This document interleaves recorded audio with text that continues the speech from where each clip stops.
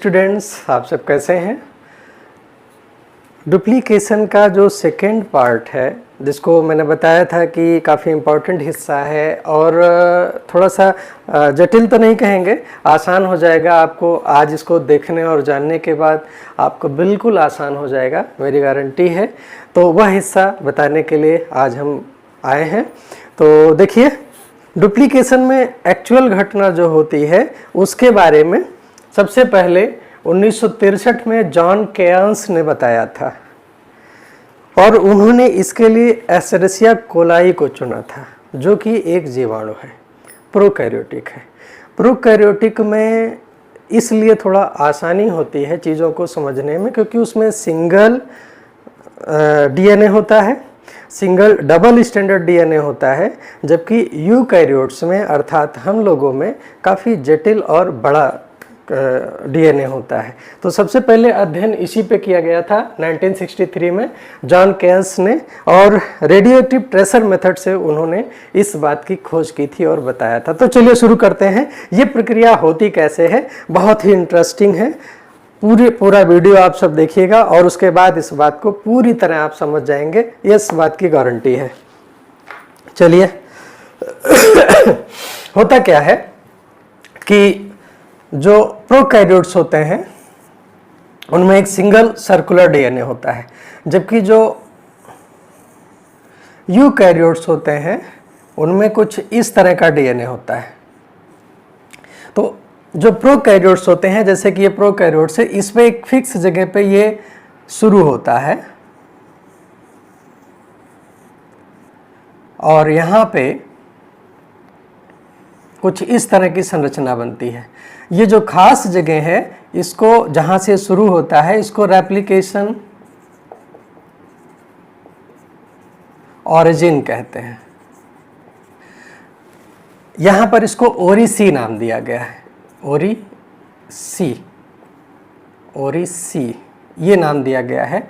और ये सामान्यतः वह स्थान होता है जहाँ पे ये डीएनए उसके प्लाज्मा मेम्ब्रेन से लगा रहता है, इस तरह से लगा रहता है। तो सामान्यतः इसी स्थान से रेप्लिकेशन से शुरुआत होती है प्रोकैरियोट्स में, बैक्टीरिया में, एस्चेरिचिया कोलाई में।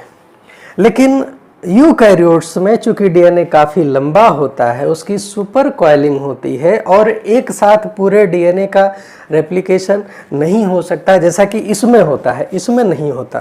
तो इसमें क्या होता है, इसमें कई जगह पे शुरुआत होती है, इसमें रेप्लिकेशन कई जगह से शुरुआत होती है। तो जैसे यहाँ से शुरुआत हुई तो एक ये यहाँ पे बन गया, एक ऑरिजिन ये हो गई, रेप्लिकेशन ऑरिजिन, एक दूसरी ऑरिजिन ये हो गई। तो यहाँ से शुरू होता है, जैसे एक ये हो गया, दूसरा ये हो गया, ऐसे कई जगह से शुरुआत होती है। क्या? रेप्लिकेशन की शुरुआत होती है। तो ऑरिजिन प्लेस कई हो जाते हैं यूकैरियोट्स में, पहली बात ये क्लियर हो जाए। प्रोकैरियोट्स में एक ही स्थान पर शुरू होता है रेप्लिकेशन, जबकि यूकैरियोट्स में कई स्थानों पर रेप्लिकेशन शुरू होता है। तो ठीक है, अब इसको ध्यान दें कि जैसे इस स्थान पे हुआ तो ये बाई डायरेक्शनल होता है, यानी कि इधर भी शुरू होगा, इधर भी शुरू होगा, इधर भी शुरू होगा, इधर भी शुरू होगा, ऐसे ही इसमें भी होगा। बाई डायरेक्शनल यानी कि दिशात्मक होता है, दोनों दिशाओं में होता है। इधर एक लगातार अगर बनेगा तो इधर टुकड़ों में बनेगा, इधर अगर लगातार बनेगा तो इधर टुकड़ों में बनेगा। आगे भी हम सब सारी चीज़ समझाएंगे कि ऐसा क्यों होता है। यहाँ भी ऐसे ही होगा। तो अगर इसके इस हिस्से को हम हटा दें तो यहाँ पर एक रेप्लिकेशन फॉर्क बनती है। इस चीज को देखें, इसको रेप्लिकेशन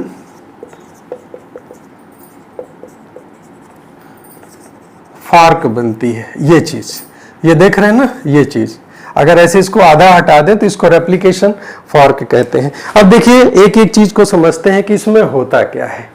सारे स्टेप्स को पहले हम एक समराइज, एक तरीके से समझते चलते हैं कि एक्चुअल घटनाएं क्या होती है, फिर एक बार और डिटेल उसको रिवाइज करेंगे।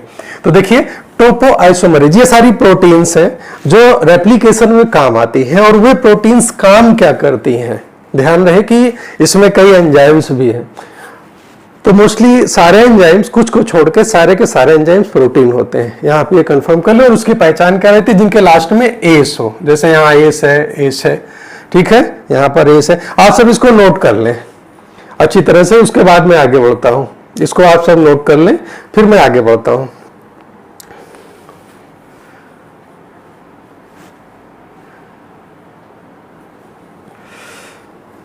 चलिए शुरू करते हैं। सबसे पहले टोपो आइसोमरेज, मैंने जैसे बताया कि जिसके भी लास्ट में ए से वे सारे एंजाइम्स हैं, जैसे प्राइमेस, पॉलीमरेज, ठीक है, लाइकेस, हेलिकेस, टोपो आइसोमरेज, ये सारे के सारे एंजाइम्स हैं और सभी एंजाइम्स प्रोटीन होते हैं, ठीक, कुछ को छोड़ के। टोपो आइसोमरेज दो तरह का होता है, टोपो आइसोमरेज फर्स्ट और topoisomerase second. Topoisomerase second को डीएनए गायरेज भी कहते हैं। काम क्या है इसका?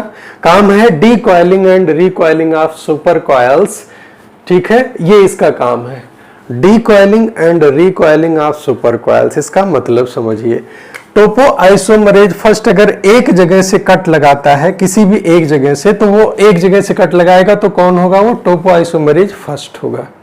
लेकिन अगर एक साथ दोनों पे कट लगाएगा तो वो कौन होगा? टोपो आइसोमरेज सेकेंड होगा, जिसको डीएनए गायरेज भी कहते हैं। तो डीएनए गायरेज या टोपो आइसोमरेज सेकेंड एक साथ दोनों पर कट लगाता है। तो कट लगाने की जरूरत क्या है? वो इसलिए कि जो हमारे क्रोमोसोम्स होते हैं वो अत्यधिक सुपर कॉइल अवस्था में होते हैं, गूथे रहते हैं और एक साथ पूरे का रेप्लिकेशन हो नहीं सकता। तो जिस स्थान पर शुरू करना होता है, तो किन स्थानों पर शुरू होता है, उसको रेप्लिकेशन ऑरिजिन कहते हैं। तो रेप्लिकेशन ऑरिजिन जो होता है ना, वो एडेनिन और थायमिन, सामान्यतः ऐसी जगह पे ही रेप्लिकेशन शुरू होता है जहां पर ये न्यूक्लियोटाइड पाए जाते हैं। क्यों? क्योंकि इनमें दो ही हाइड्रोजन बॉन्ड्स होता है, इनको तोड़ना थोड़ा सा आसान होता है बनिस्बत किसके? साइटोसिन और ग्वानिन के, इसमें 3 हाइड्रोजन बॉन्ड होता है, इसलिए ये नहीं होता, ये जगह होता है। रेप्लिकेशन ऑरिजिन मोस्टली वे जगह होती है, वहां से शुरू होता है जिसमें एडेनिन और थायमिन्स ज्यादा होते हैं, उन्हीं स्थानों से रेप्लिकेशन प्रारंभ होता है। तो ये क्या करते हैं? टोपो आइसोमरेज यानी कि डीएनए गायरेज एक साथ दोनों को तोड़ता है और उसके बाद जोड़ता भी यही है। ध्यान रहे, डीकॉइलिंग काटना एंड रिकॉइलिंग, पुनः उसको जोड़ देना, उस कट को पुनः जोड़ देना आप सुपर कॉइल। सभी इसको आगे बताएंगे कि ऐठन जब होती है, जब आगे की तरफ खुलता है तो जो ऐठन होती है उसको भी इसको कट करके जोड़ना कैसे होता, अभी आगे मैं फिर बताऊंगा।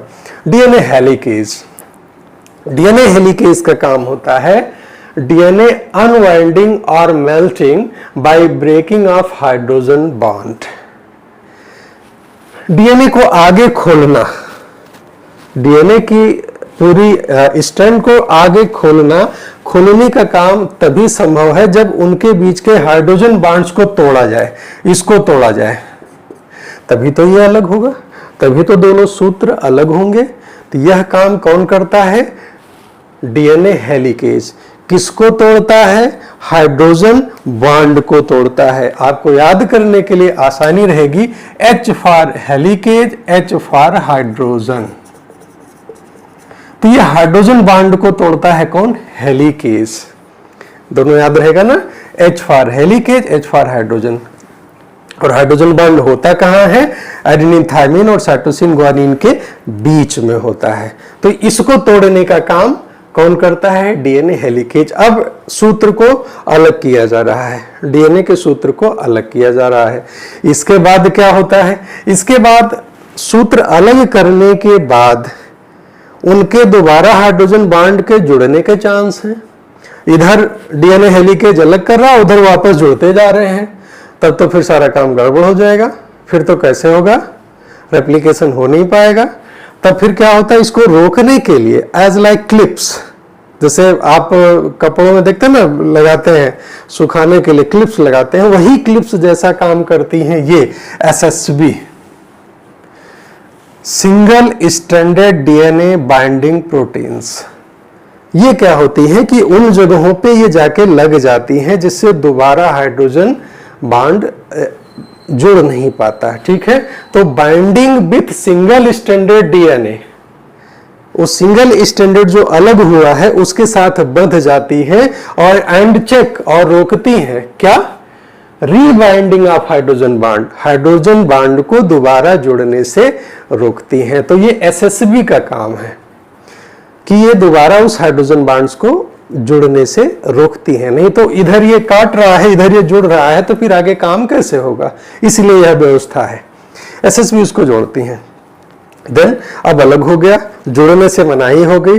अब शुरुआत करनी है रेप्लिकेशन की। तो रेप्लिकेशन की शुरुआत के पहले प्राइमेज यानी कि आरएनए पॉलीमरेज, यह आरएनए का प्राइमर बनाता है, आरएनए के टुकड़े बनाते हैं, छोटे छोटे टुकड़े बनाते हैं जो काम आते हैं किसके? रेप्लिकेशन में। आप सोच रहे होंगे कि डीएनए का रेप्लिकेशन हो रहा है, इसमें आरएनए का क्या काम है? अभी सारी शंका अगर आपके दिमाग में, वो सब दूर होने वाली है।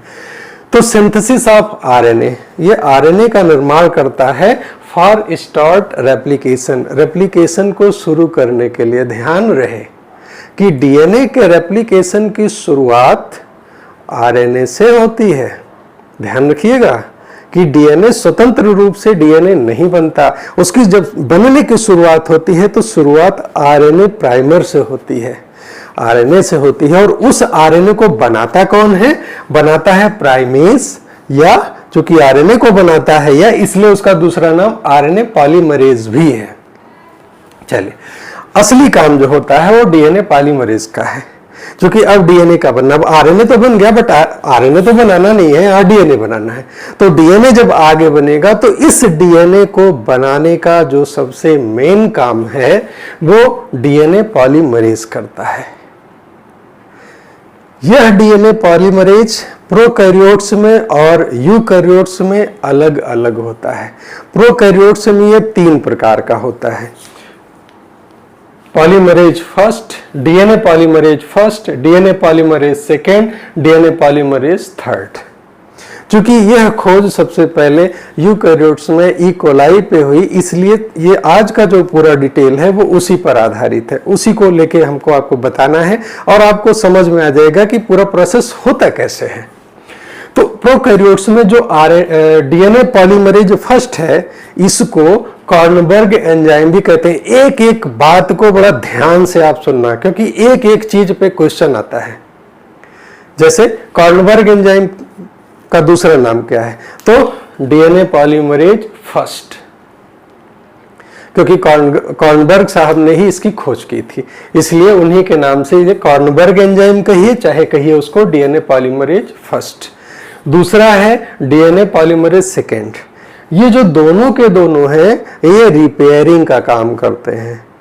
जहां पे डीएनए में गड़बड़ होती है, जहां पे गलत आ जाते हैं, उसकी रिपेयरिंग का काम करते हैं। इसमें स्पेशली जो पॉलीमरेज फर्स्ट है, कॉर्नबर्ग एंजाइम है, वो removing RNA primer and filling gap, वो आरएनए प्राइमर जो मैंने यहां पर बताया, क्योंकि डीएनए बनना है, आरएनए तो बनना नहीं है, तो उस आरएनए को बाद में रिमूव कर दिया जाता है, हटा दिया जाता है। तो ये काम करता कौन है? DNA polymerase first.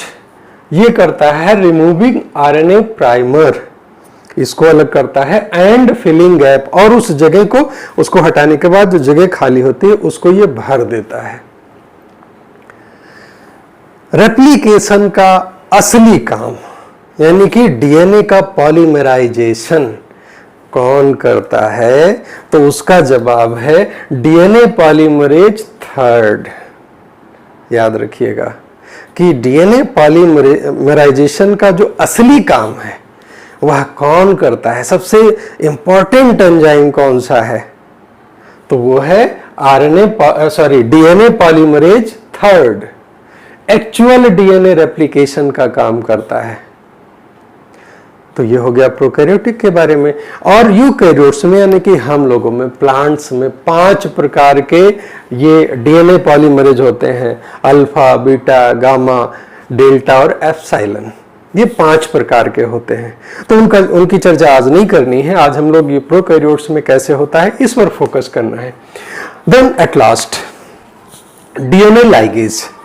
DNA ligase क्या करता है कि जो आरएनए प्राइमर के हटने के बाद जो गैप रह जाती है, जो जगह रह जाती है, उस जगह को भरने का काम जो ओकाजाकी फ्रेगमेंट्स होते, जो टुकड़े होते हैं, अभी मैं आगे फिर बताने जा रहा हूं कि ये यहाँ पे देखिए छोटे छोटे टुकड़े बनाए हैं ना, इन टुकड़ों को जोड़ने का काम ये डीएनए लाइगेज करता है।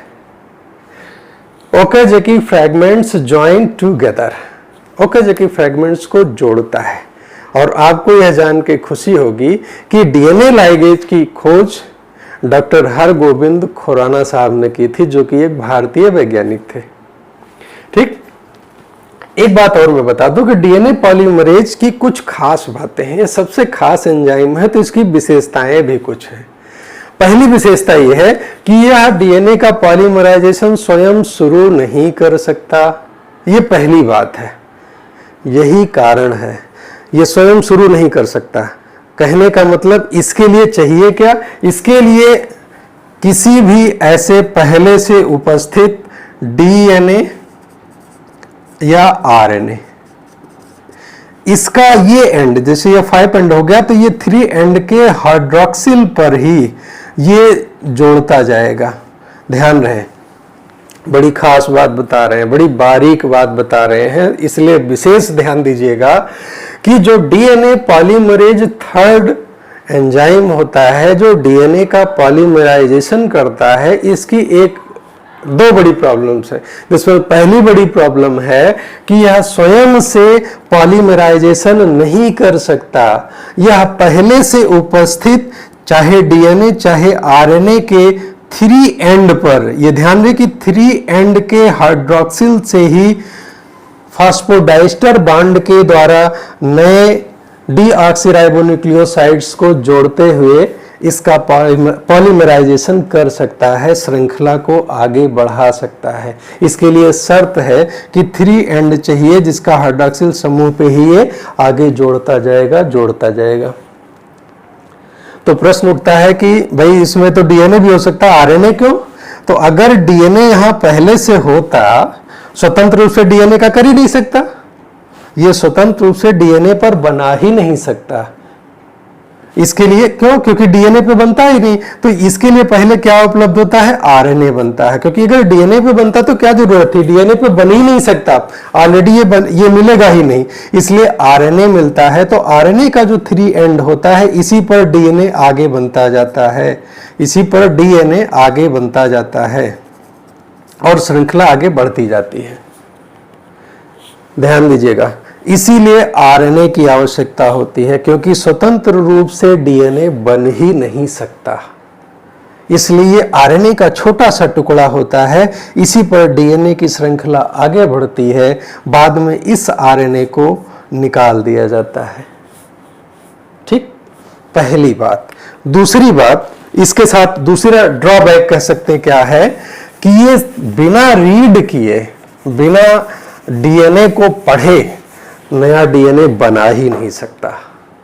इसके लिए जरूरी है कि ये पॉलीमराइजेशन केवल और केवल 5' टूवर्ड्स 3' ही होगा। यहां पर खूब ध्यान दीजिएगा कि डीएनए का जो नया स्ट्रैंड बनता है, उसका जो डायरेक्शन होता है, दिशा होती है, वो हमेशा यही होती है। न्यू स्ट्रैंड की जो डायरेक्शन होती है, ऑलवेज, बिल्कुल दिमाग में उठाइएगा, वेरी वेरी इंपॉर्टेंट क्वेश्चन, ये चीज आती है कि जो नया स्ट्रैंड बनता है उसका ऑलवेज, सदैव, हमेशा डायरेक्शन 5' टूवर्ड्स 3' होता है। ये बनता किस पे है? वो इस पे बनता है, 3' टूवर्ड्स 5'। ये जो है ये ओल्ड स्ट्रैंड होता है, हमेशा ओल्ड स्ट्रैंड होता है। और दूसरी चीज, यही टेम्पलेट भी होता है, यही स्ट्रैंड टेम्पलेट होता है। यहां पर मैं बहुत कंफर्म कर दूं आपको कि टेम्पलेट या ओल्ड स्ट्रैंड जिसका डायरेक्शन 3' टूवर्ड्स 5 होगा, इसी पर हर हाल में यही बनेगा। 5' टूवर्ड्स 3' ही नया स्ट्रैंड होगा, इसके अलावा कुछ भी संभव नहीं है। और यह भी ध्यान रखिएगा कि 3' टूवर्ड्स 5' को ही डीएनए पॉलीमरेज थर्ड पढ़ सकता है, इसका उल्टा नहीं पढ़ सकता, ये खुद ऐसे ही रहता है। 3' टूवर्ड्स 5' को ही पढ़ सकता है, ये यूं समझिए जैसे आप किताब देखते हो, किताब आपके सामने अगर सीधी खुली है तो आप सीधी पढ़ पाएंगे, क्या आप उल्टी किताब पढ़ पाएंगे? नहीं पढ़ पाएंगे। ठीक बिल्कुल ऐसे ही समझिए कि डीएनए पॉलीमरेज थर्ड जो है उसके लिए सीधी किताब तभी है जब ये 3' टुवर्ड्स 5' होगा। यही टेम्पलेट ही ये रीड कर पाता है। बिल्कुल दिमाग में बिठा लीजिए अच्छी तरह कि 3' टुवर्ड्स 5' को ही डीएनए पॉलीमरेज पढ़कर आगे पॉलीमराइजेशन करता है।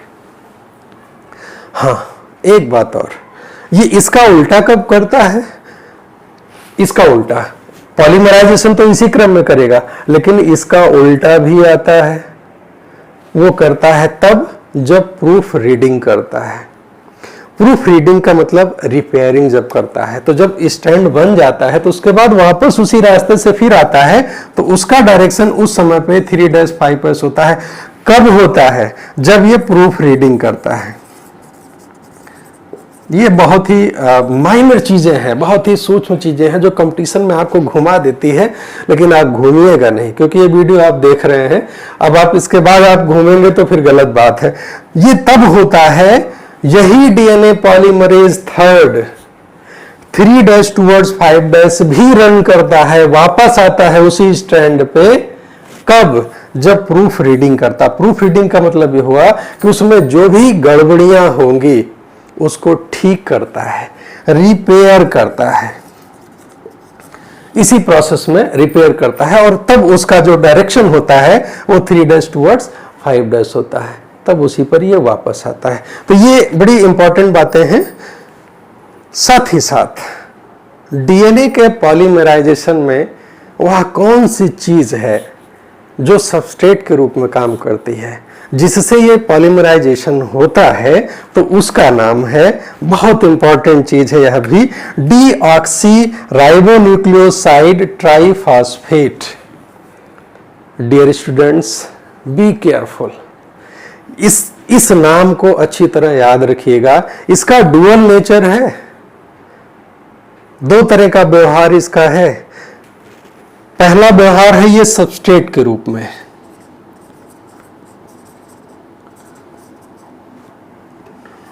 और दूसरा व्यवहार है एनर्जी प्रोवाइडर के रूप में,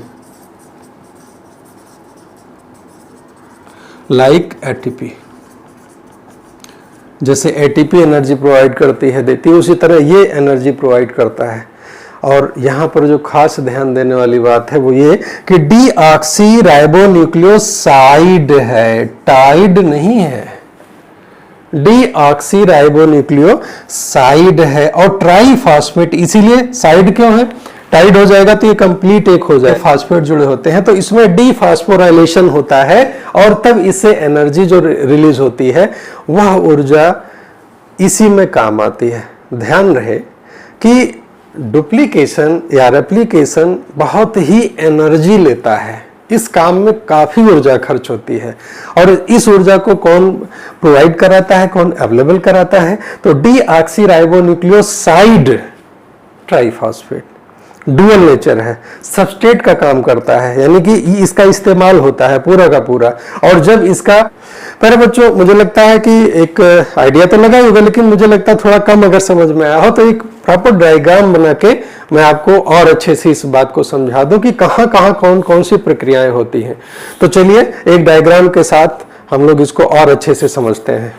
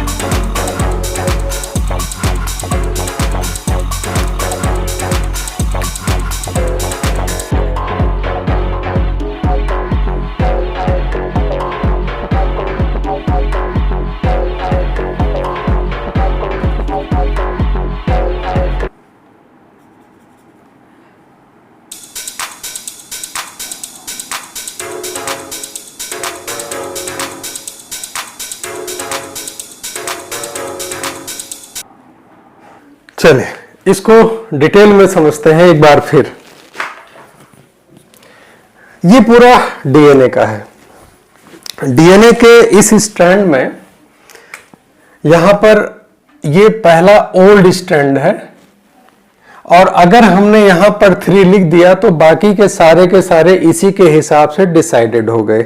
फॉर एग्जाम्पल अगर यहां हमने 3 सिरा लिख दिया तो अब दूसरा इसका 5 ही होगा। अगर यहां हमने 5 कर दिया तो यहां पर 3 ही होगा, और जब ये 3 है तो यहां भी 5 ही होगा, और जब ये 5 होगा तो ये नया वाला 3 होगा। यहां पर इसका अपोजिट, ये 3 है तो यहां 5 होगा। ठीक, ये 5 है, ये यहां पर 3 है। ठीक, ये 3 है।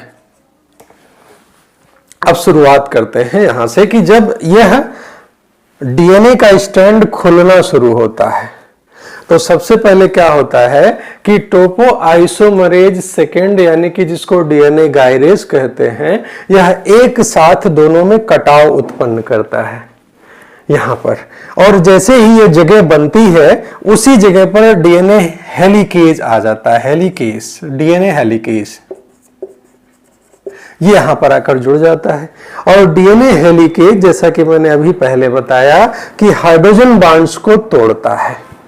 जैसे ही ये तोड़ेगा तो यहां पर हमको एक इधर खुलेगा एक इधर खुलेगा, दोनों साइड में खुलता चला जाएगा। खुलता जाएगा तो जाहिर है कि इस दोनों स्ट्रैंड में एक का सिरा 3 होगा, दूसरे का सिरा 5 होगा। जैसा मैंने पहले भी बताया कि जो डीएनए पॉलीमरेज थर्ड होता है वह केवल और केवल 3-5 को ही रीड कर सकता है, इसका उल्टा नहीं कर सकता, केवल इसी को वो पढ़ सकता है। नंबर 1 और नंबर 2, इसके लिए शुरू करने के लिए स्वतंत्र रूप से शुरू नहीं कर सकता। इसके पहले चाहे डीएनए हो चाहे आरएनए हो, उसी का ये पॉलीमराइजेशन कर सकता है। तो यहां पर ध्यान दें, यहां पर जैसे जुड़ेगा तो यहां पहले से आरएनए प्राइमर रहेगा, और इसका ये एंड 5 रहेगा, ये एंड 3 रहेगा। यहां पर ध्यान दीजिएगा 3, इसी 3 एंड से ही ये आगे पॉलीमराइजेशन बढ़ाता जाएगा। कौन? DNA polymerase third. और किस पर है? चूंकि इसको लगातार 3 टूवर्ड्स 5 लगातार मिल रहा है बिना किसी रुकावट के, तो ये कंटिन्यूअस स्ट्रैंड हो गया, लगातार हो गया, और इसको लीडिंग स्ट्रैंड कहते हैं क्योंकि ये लगातार मिला। क्या? 3 टूवर्ड्स 5 अगर इसको मिल गया तो ये लगातार आगे बढ़ता जाएगा, पॉलीमराइजेशन होता जाएगा। लेकिन ध्यान दीजिए कि जब यह खुलेगा तो 3 टूवर्ड्स 5 इसका उल्टा यहां पे है। यहां पर तो यहां तुरंत का तुरंत मिल गया, लेकिन यहां पर उल्टा है। तो यहां पर जैसे जैसे खुलेगा तो 3-5 इधर मिलेगा।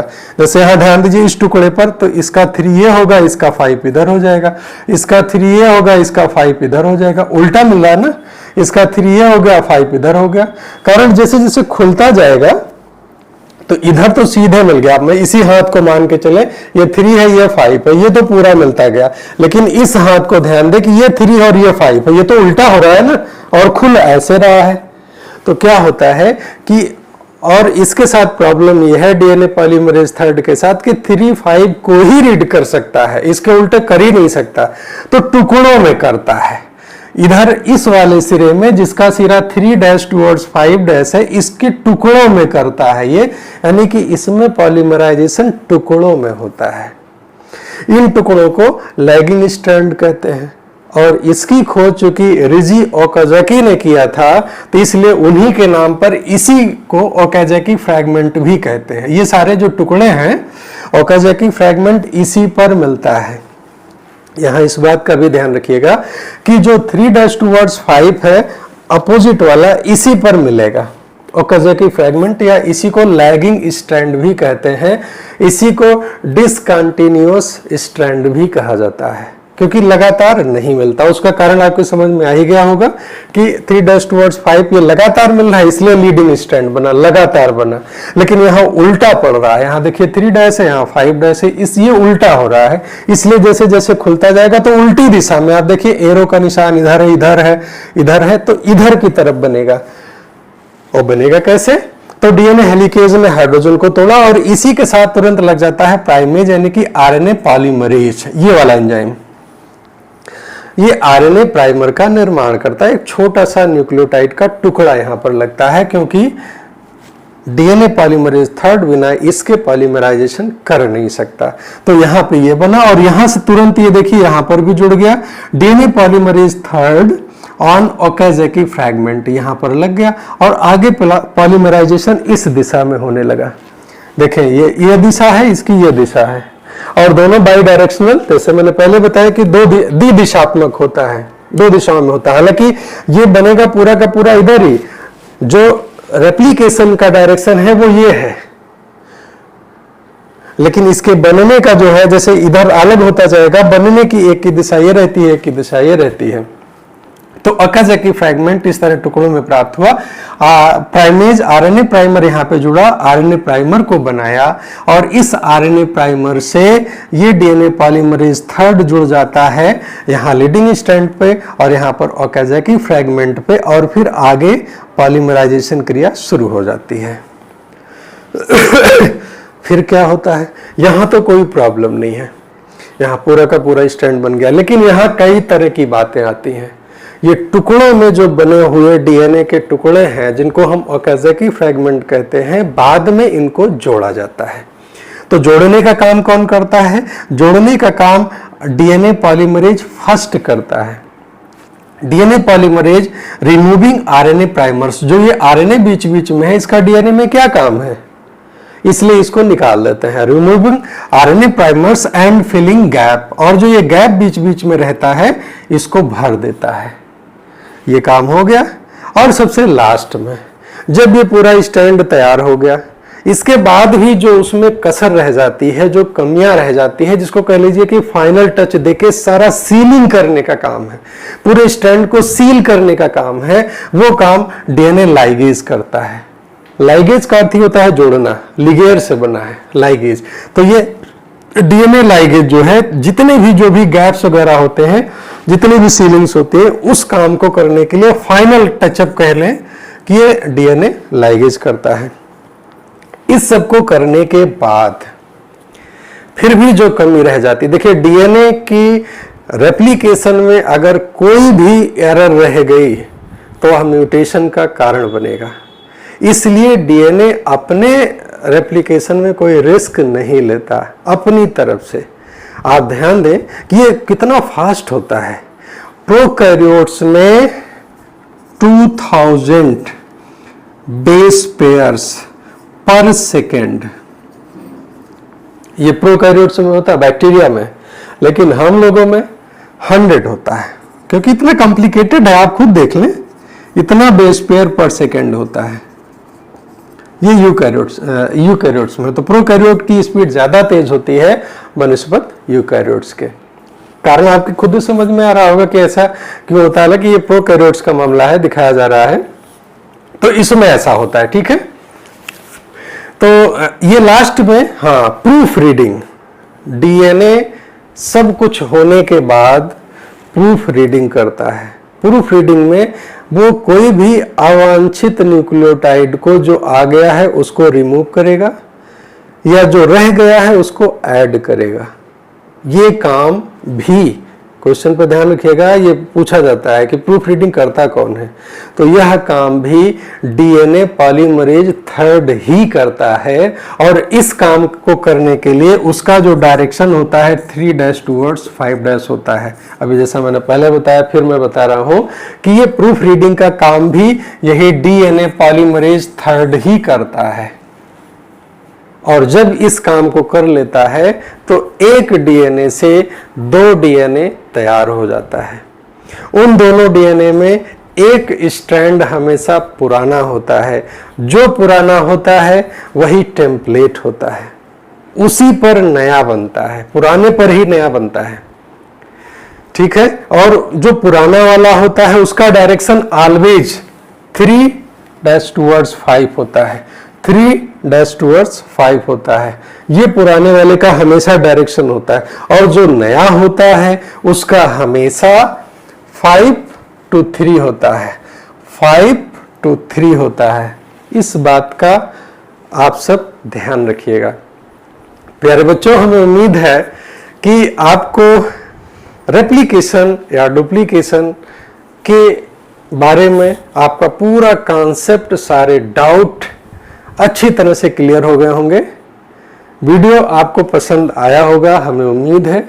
एक दो बार और देखेंगे, थोड़ा पढ़ के देखेंगे तो और अच्छे से समझ में आएगा, क्योंकि थोड़ा सा जटिल है, बट मैंने प्रयास किया कि आपके लिए आसान हो जाए। तो प्यारे बच्चों, इसको देखें, अच्छा लगे लाइक करें, शेयर करें, और सब्सक्राइब आप कर ही चुके हैं, हाँ कमेंट जरूर करिए, ठीक है। Thank you.